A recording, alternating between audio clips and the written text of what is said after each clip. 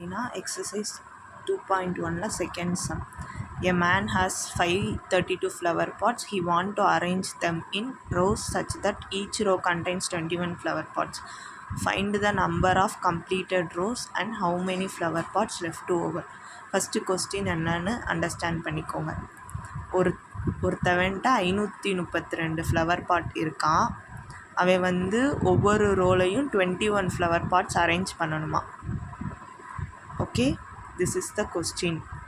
இப்போ அவன்கிட்ட 532 flower pots இருக்குது.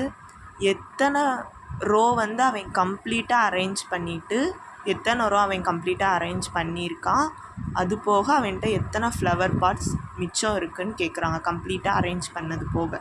This is the question. Okay, solution that is in question A equal to 532 கொடுத்துருக்காங்க, B equal to 21. By using Euclid's division lemma this is the condition A equal to BQ plus R, 0 less than or equal to R less than B.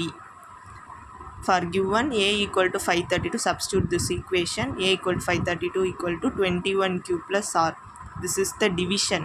Okay, this is A and this is B. Actually we are divided by 532 divided by 21. 53 which is 21. 21 2s are 42 where quotient is 2. Subtract 1. 5ல 4 போச்சுனா 1, 3ல 2 போச்சுனா 1 and 2 கீழே இறக்கிட்டோம். Okay, 112 வராது 21 டேபிளில். So 21 into 5 105 வரும். So quotient is 5 and remainder is 7.